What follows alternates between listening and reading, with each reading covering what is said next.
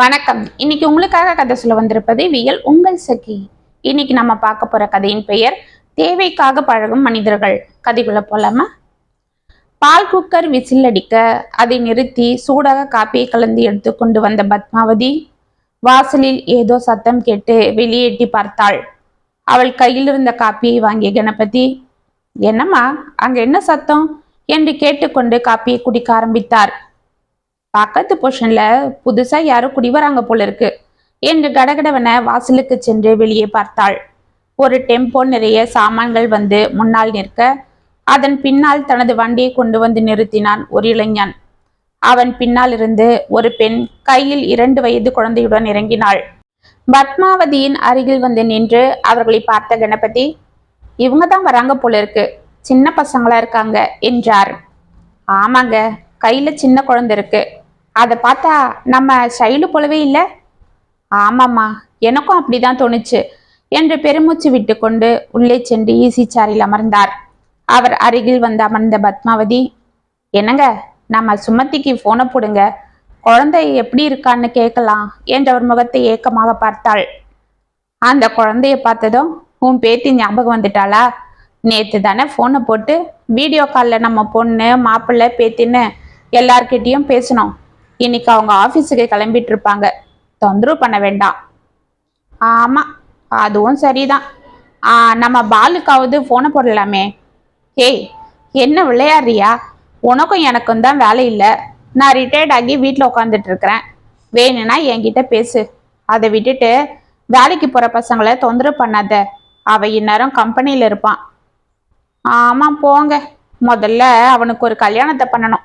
அப்பதான் நானும் என் பேத்திய பேரனெல்லாம் வச்சுக்கிட்டு கொஞ்சிட்டு இருக்க முடியும். அடியே, அவன் பெங்களூர்ல ஐடி கம்பெனியில வேலையில இருக்கான். கல்யாணம் ஆனா அந்த பொண்ணு அங்கதான் போக போறா. அவங்களுக்கு குழந்தை பிறந்தா அவங்க கிட்ட இல்லாம இங்க நம்ம கிட்ட கொண்டு வந்து விடுவாங்களா? அதெல்லாம் முடியாது. நான் என்கிட்ட தான் விட்டுட்டு போங்கன்னு சொல்லுவேன். போங்க என்று சிறு பிள்ளையை போல் சினுங்கி கொண்டு எழுந்து கிச்சனுக்குள் சென்றாள். சரியானவே, இன்னும் குழந்தை போலவே இருக்கா என்று சிரித்து கொண்டே ஈசி சேரில் சாய்ந்து பேப்பரை எடுத்து விரித்தார். இதற்குள் வாசலில் யாரோ லேசாக கதவை தட்டும் சத்தம் கேட்க உள்ளிருந்து வந்த பத்மா வாசலில் பக்கத்து வீட்டில் புதிதாக வந்த பெண் கையில் ஒரு சிறிய டம்ளரில் பால் வைத்து கொண்டு நிற்பதை பார்த்தாள். அவள் கையில் இருந்த குழந்தை தனது குண்டு குண்டு கண்களால் பத்மாவை பார்த்து கையை தட்டி கொண்டு சிரித்தது. அம்மா, நாங்க பக்கத்து பொஷனுக்கு குடி வந்திருக்கோம், பால் கச்சணும், இந்தாங்கம்மா பிரசாதம் என்று கையில் இருந்த டம்ளரை நீட்டினாள். அவளை பார்த்து முகமலர்ந்த பத்மா பாலை வாங்கி கொண்டே, வாடம்மா வா, உள்ள வா என்று அவளை அழைத்து சோஃபாவில் அமர வைத்தாள். வீட்டை சுற்றி பார்த்து கொண்டே அதில் அமர்ந்தாள் அந்த பெண். ஈசி சேரிலிருந்து கணபதி எழுந்து அமர அவரை பார்த்து அந்த குழந்தை அவரிடம் தாவியது. குழந்தையை ஆசையாக எடுத்து கொண்ட பத்மாவதி, ஏய் குட்டி பொண்ணு, உன் பேர் என்ன என்று அதன் கன்னத்தில் முத்தம் கொடுத்தாள். பத்மாவதி, நாங்க பப்பின்னு கூப்பிடுவோம். அப்படியா, என் பேரும் பத்மாவதி தான் என்று அவள் சிரிக்க, அப்ப உன்னையும் நான் இனிமே பப்பின்னு கூப்பிடவா என்று கேலியாக அவளை பார்த்தார் கணபதி. பேசாம இருங்க, காலம் போன காலத்துல பப்பியாவது குப்பியாவது என்று அவள் விற்கப்பட அந்த பெண் சிரித்து கொண்டே, பரவாயில்லையே, அப்ப ரொம்ப தமாஷா பேசுறாரு என்றாள். ஆமா, அதுவும் என்ன கேலி பண்ணணும்னா நல்லா பேசுவாரு என்று அவரை முறைத்தாள் பத்மா. அந்த பெண் அப்பா என்றதும் கணபதிக்கு தனது மகளின் நினைவு வர, அம்மாடி, உன் பேர் என்னம்மா என்று அந்த பெண்ணை அன்போடு பார்த்தார். என் பேரு வசந்திப்பா, எங்க வீட்டுக்காரர் பேரு வாசு. ஓ, அவரு எங்க வேலை பார்க்கறாரு? இங்கதான் ஒரு எம்என்சி கம்பெனில. நானும் ஐடி கம்பெனில வேலை பார்க்கறேன். அப்படியா, உங்க ஊரு? எங்க 2 பேருக்குமே கும்பகோணம் தான். அங்கதான் எங்க மாமியார் வீடும் அம்மா வீடும். நாங்க சொந்தம்தான். வேலைக்காக நாங்க இங்க வந்திருக்கோம். இதுக்கு முன்னாடி மாம்பழத்துல இருந்தோம், அங்க சரிப்படல. அதுதான் அபார்ட்மெண்டா இருந்தா நல்லா இருக்குமேன்னு இங்க வந்துட்டோம். இது உங்க சொந்த வீடா? ஆமாண்டா கண்ணு, எங்க பசங்க இங்க படிச்சிட்டு இருந்தப்ப வாங்கினது. இப்ப அவங்க படிச்சு முடிச்சிட்டு ஆளுக்கு ஒரு திசையா போயிட்டாங்க. அப்படியா, உங்களுக்கு எத்தனை பசங்கம்மா? ஒரு பொண்ணு ஒரு பையன். பொண்ணு பெரியவ, அவ்வளோ இன்ஜினியருக்கு தான் படிச்சுட்டு அமெரிக்கால செட்டில் ஆகிட்டா. 3 வருஷம் முன்னதான் கல்யாணம் ஆச்சு. அவளுக்கும் தோ இந்த பப்பி குட்டி போல ஒரு சைலு குட்டி இருக்கா. எங்க பையன் பாலு, அவன் பிடெக் முடிச்சுட்டு பெங்களூர்ல வேலை பார்க்கறான். அவனுக்கு தான் வரன் பார்த்துட்டு இருக்கோம். அப்படியாம்மா, ரொம்ப சந்தோஷம். சீக்கிரமா தம்பிக்கு கல்யாணம் நடக்கட்டும் என்றவள் கூறியதும் பத்மாவதியின் முகத்தில் உற்சாகம் தழும்பியது. உன் வாய் முகூர்த்தம் பழிக்கட்டும் கண்ணு, கொஞ்சம் இரு என்று உள்ளே சென்று மஞ்சள் குங்குமம் எடுத்து வந்து அவளுக்கு கொடுத்தாள். சரிம்மா, நான் கிளம்புறேன். அப்பா, நான் வரேன்ப்பா என்று வசந்தி கிளம்ப, சரிடாம்மா, உனக்கு எதனா உதவி வேணும்னா தயங்காம கேளு, நாங்களும் உனக்கு அப்பா அம்மா போலதான் என்றாள் பத்மாவதி. ஒரு வாரம் சென்றது. வசந்தி பத்மாவதியிடம் நன்றாக பழக செய்ய என்று இருக்க, குழந்தையும் அடிக்கடி இங்கு ஓடி வருவதும் தாத்தா பாட்டி என்று அவர்களுடன் விளையாடுவதும் என இருந்தாள். வாசுவும் ஆபீஸிற்கு செல்லும் போதும் மாலையில் வரும் பொழுதும் கீழே கணபதி கண்ணில் பட்டால் நின்று பேசுவதுண்டு. அன்று மதியம் வாசு வீட்டு காலிங் பெல்லை யாரோ அடிக்கும் சத்தம் கேட்டு பத்மாவதி வெளியே வந்து எட்டி பார்க்க, ஒரு மனிதன் கையில் ஏதோ பார்சலுடன் நின்று கொண்டிருந்தான்.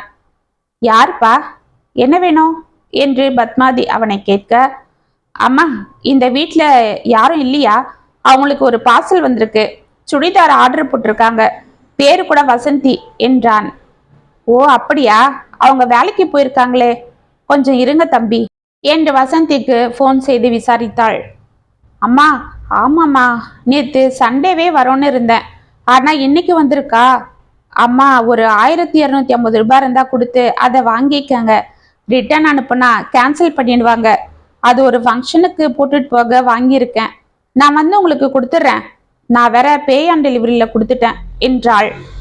அப்படியாம்மா, சரிம்மா, நான் வாங்கி வச்சிடுறேன் என்று அந்த பார்சலை வாங்கி கொண்டு பத்மாவதி 1500 ரூபாயை கொடுக்க, அம்மா, சில்லறை இல்லைம்மா, எல்லாரும் ஆன்லைன்ல போடுறதால நாங்க சில்லறை வச்சுக்கிறது இல்லை, அதனால 1250 சில்லறையா கொடுங்க என்றான் அந்த இளைஞன் முகத்தை சுளித்து கொண்டு. என்கிட்ட சில்லறை இல்லையே தம்பி, நீ வேணா எங்கேயாவது மாத்தி வந்து கூட. ஆமா, எனக்கு வேற வேலை இல்லையா, அதெல்லாம் முடியாது, அப்பனா அந்த பார்சலை கொடுங்க, நான் கேன்சல் பண்ணிடுறேன் என்றான் கராராக. இல்லப்பா, இது ஏதோ முக்கியமா தேவையா, சரி இரு என்று உள்ளே சென்று, என்னங்க, நீங்க சீக்கிரமா போய் எங்கேயாவது 500 ரூபாய்க்கு சில்லறை வாங்கிட்டு வாங்க, வசந்திக்கு ஏதோ பார்சல் வந்திருக்கு, அவ வாங்கி வைங்கம்மான்னு சொன்னா, அந்த பையன் சில்லறை இல்லைன்னு சொல்றான், சீக்கிரங்க என்று படப்படத்தாள். சரி சரி இரு என்று எழுந்து சட்டையை போட்டுக்கொண்டு வெளியே கிளம்பினார் கணபதி. மாலை வசந்தி வந்ததும் அந்த பார்சலை அவளிடம் கொடுத்த பத்மாவதி, சில்லறைக்காக பாவம் அவர் ரொம்ப அலைஞ்சிட்டாரு என்றாள். அடடா, அப்பா சாரிப்பா என்று உள்ளே எட்டி பார்த்து வசந்தி கூற, அன்று சில்லறைக்காக தான் அலைந்ததை கூட மறந்த கணபதி, பரவாயில்லடாம்மா என்று புன்னகை செய்தார். இதை பார்த்து பத்மாவும் சிரிக்க, கொஞ்சம் இருங்கம்மா என்று அவள் பேக்கில் இருந்து பணத்தை எடுக்க, கையில் இருந்த குழந்தை அந்த பார்சலை பிடிக்க தாவியது. வசந்தி சற்று தடுமாறி போக, குழந்தை கீழே விழச் சென்ற அந்த நொடி டக்குன்னு அவளை தாவி பிடித்த பத்மாவதி, பாத்துமா, இப்ப என்ன அவசரம், அப்புறம்தான் கூட என்று அந்த குழந்தையை தூக்கி அணைத்து கொண்டாள்.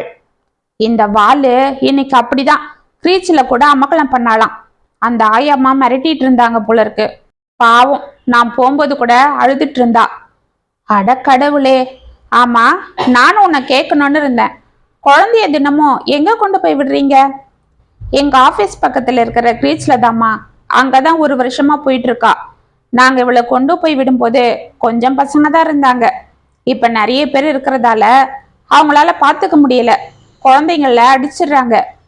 அடக்கடவுளே, இந்த பிஞ்சு குழந்தைங்களுக்கு என்ன தெரியும், அதுங்கள போய்.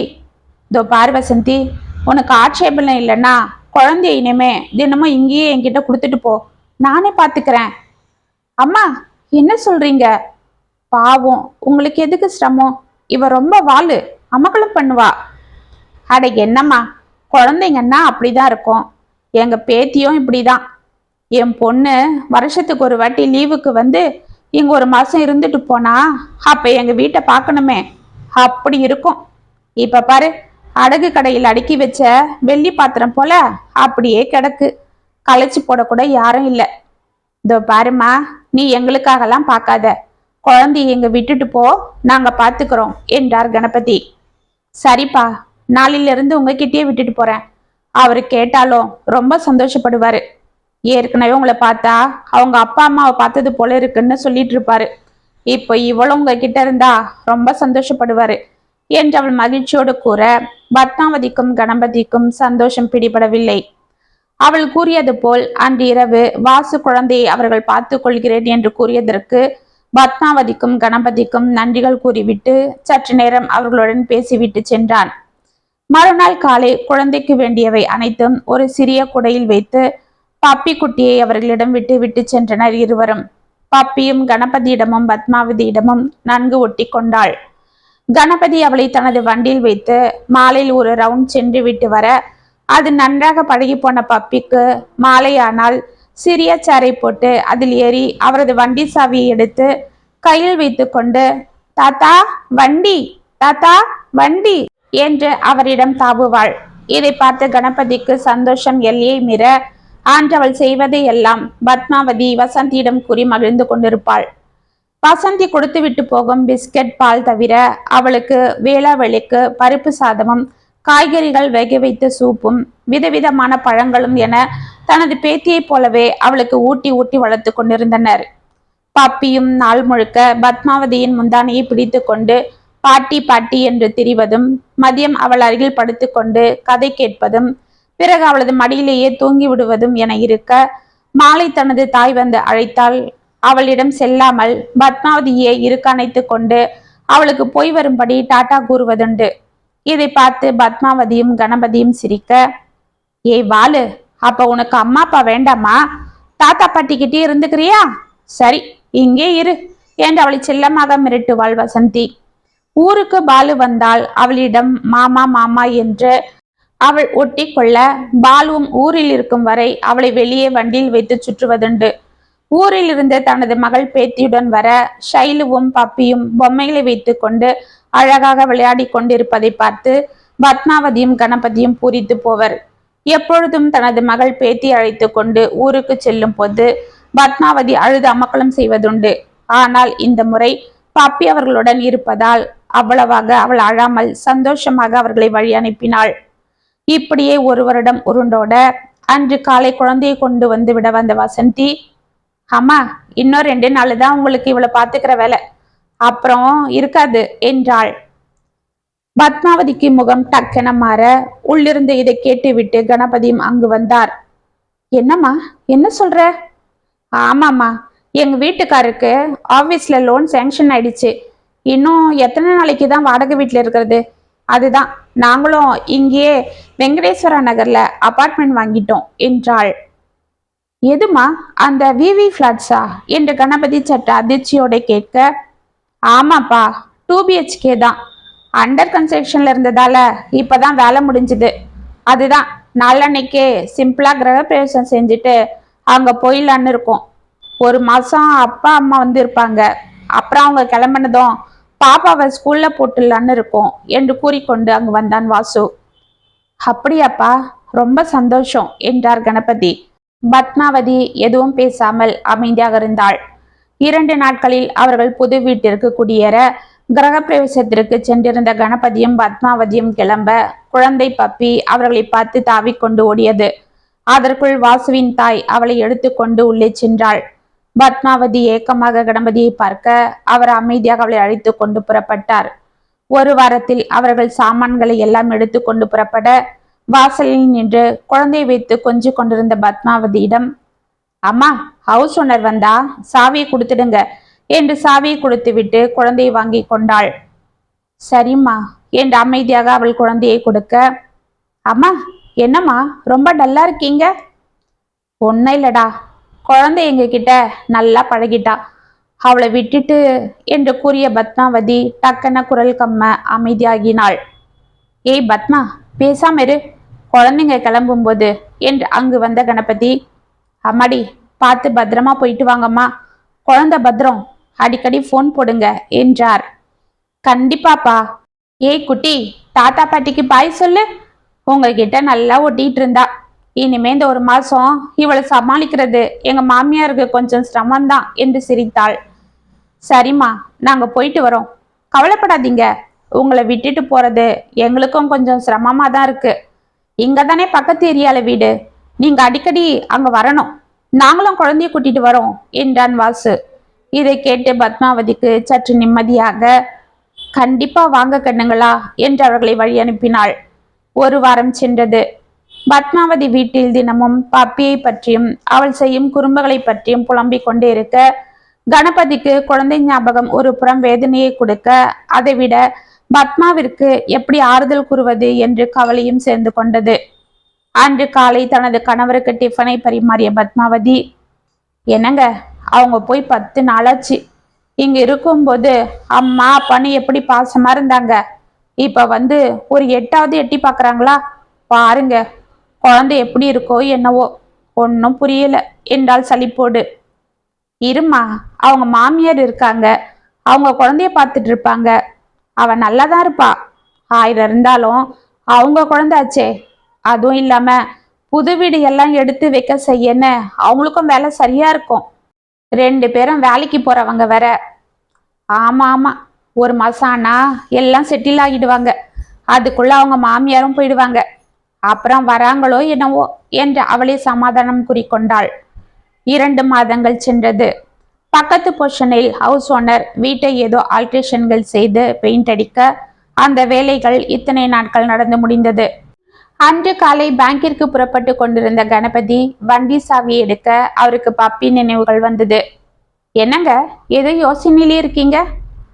ஒன்னும் இல்ல, இந்நேரம் அந்த குட்டி இருந்தா ஓடி வந்து சாவியை கையில் எடுத்துக்கிட்டு தாத்தா வண்டி தாத்தா வண்டின்னு என்னை பிடிச்சி இழுப்பா இல்ல என்று சிரித்தார்.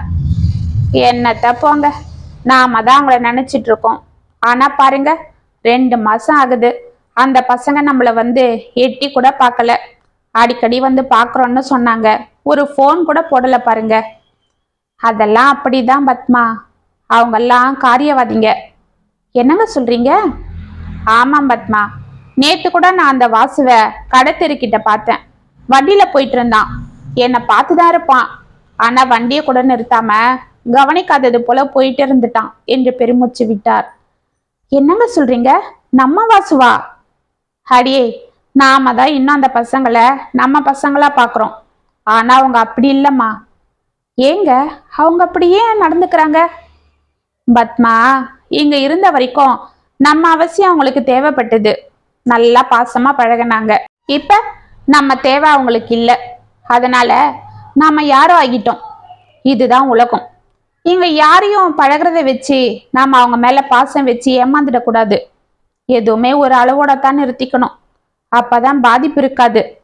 இங்க எல்லாரும் தேவைக்காக பழகிறவங்க தான் அதிகம் என்று சிரித்து விட்டு வெளியே சிற்றார். அங்கு வாசலில் ஒரு டெம்போ வந்து நிற்க, அதன் பின்னால் வந்த வண்டியில் இருந்து ஒரு இளைஞனும் ஒரு இளம் பெண்ணும் இறங்கினர். அவள் கையில் ஒரு சிறு குழந்தை இருந்தது.